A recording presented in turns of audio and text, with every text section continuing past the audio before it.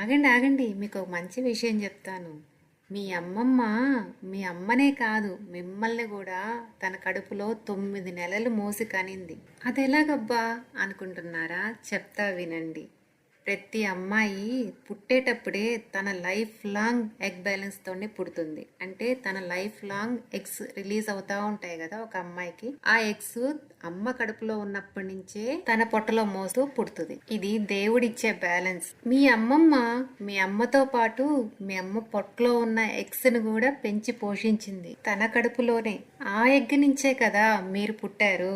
Technical గా మీ అమ్మమ్మ మిమ్మల్ని కూడా మీ అమ్మతో పాటు తన కడుపులో మోసినట్టే కదా. అంటే మీరు కూడా మీ అమ్మతో పాటు మీ అమ్మమ్మకి పుట్టినట్టే. అలాగే మీరు కూడా మీ అమ్మాయిని కడుపులో మోస్తుంటే ఒక్క విషయం గుర్తుపెట్టుకోవాలి. మీరు తీసుకునే పోషకాహారం, మీరు పడే స్ట్రెస్, టెన్షన్, మీ ఎమోషన్స్, మీరు ఎక్స్పోజ్ అయ్యే కెమికల్స్, వీటన్నిటి ప్రభావం మీ అమ్మాయి మీదే కాదండి, మీ అమ్మాయి పొట్టలో గుడ్డు రూపంలో ఉన్న మనవడి మీదనో మనవరాల మీదనో కూడా ఆ ప్రభావం ఉంటుందండి.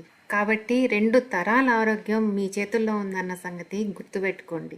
మన పెద్దవాళ్ళు మనకు ఊరికే చెప్పలేదండి ప్రెగ్నెంట్గా ఉన్న అమ్మాయిని అపురూపంగా చూసుకోవాలని. దాని వెనక ఇంత కథ ఉంది. ఇది ఎంతమందికి తెలుసు? తెలిసిన అమ్మాయిని జాగ్రత్తగా చూసుకునే వాళ్ళు ఎంతమంది? భర్త గాని, అత్తగారు గాని, అత్తగారింట్లో వాళ్ళు గాని ఈ విషయం ఖచ్చితంగా గుర్తుపెట్టుకోవాలండి. మన వంశానికి సంబంధించి 2 తరాలని తన కడుపులో మోసి మనకు అందిస్తుందంటే ఆ అమ్మాయిని ఎంత అపురూపంగా చూసుకోవాలనే విషయాన్ని ప్రతి నిమిషం గుర్తుపెట్టుకోవాలండి. తనకి, తన 2 తరాల బిడ్డలకి కావలసిన మంచి పోషకాహారాన్ని మనం ఖచ్చితంగా అందించగలగాలండి.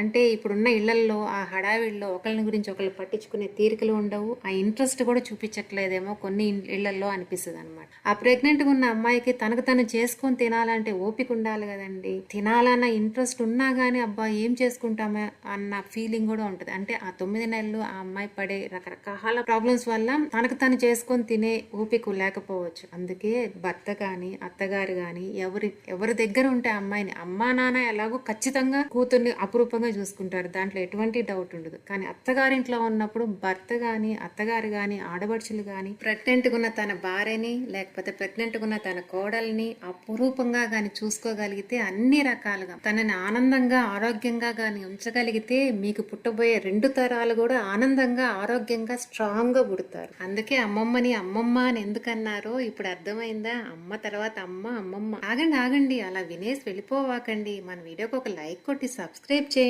ఇంకా మీకు తెలిసిన వాళ్ళకి కూడా షేర్ చేయండి. నేను వంకాయ కూర చేసిన ఈ ప్రెస్టీజ్ కుక్కర్ ప్యాన్ లింక్ అయితే డిస్క్రిప్షన్లో ఇచ్చాను, కావాలంటే కొనుక్కోండి.